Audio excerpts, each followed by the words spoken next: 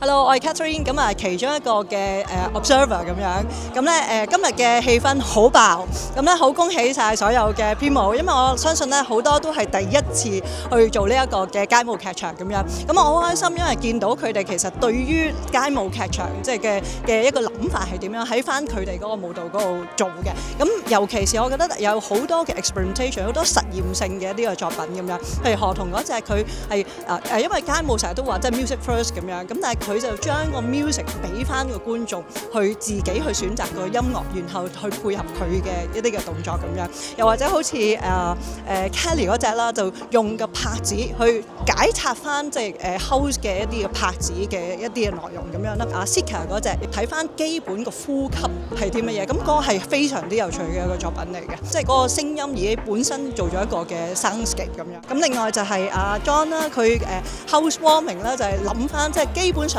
house 係啲乜嘢嘅一回事咁樣，即係諗翻原初 house 係咩嚟嘅咁樣。咁同埋孫楠咧，嗰個亦都好有趣，就係佢自己係 DJ 嚟嘅，咁所以喺個插盤嘅時候咧，嗰啲前後或者停頓嗰啲位，佢攞咗嗰啲嚟到去玩好多嘢咁樣，係啦。咁我自己覺得睇咗咁多隻，我覺得比較成熟啲嘅咧係阿葉嗰隻嚟嘅，即係咁啊，佢用個街舞劇場咧去講翻佢自己嘅故仔，但係我覺得佢講自己嘅故仔之餘，其實都好連結到其他人㗎，所以即係我睇到好感動嘅。其實嗰隻係嚇，咁亦都睇到佢點樣用嗰個劇場，我係好多 surprise， 因為佢一開始嘅時候即係用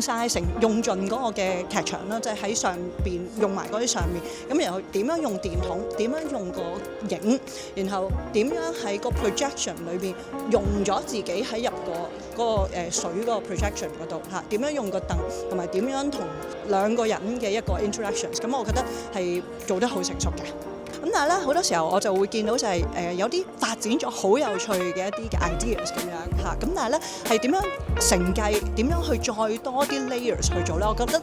編舞可能會值得去再諗多少少呢一個方面咁樣嘅。咁另外就係因為係街舞劇場咁樣嚇 street dance theatre， 咁我見到好多 theatre 嘅元素啦。咁但係咧我係有少少 miss 嗰個街舞嘅成分咁樣嚇，咁所以係點樣再加強翻一啲街舞嘅成分，或者用街舞嘅語言再轉化多少少去即係創造一啲新嘅語言，咁呢個係我期待想再見到多少少嘅。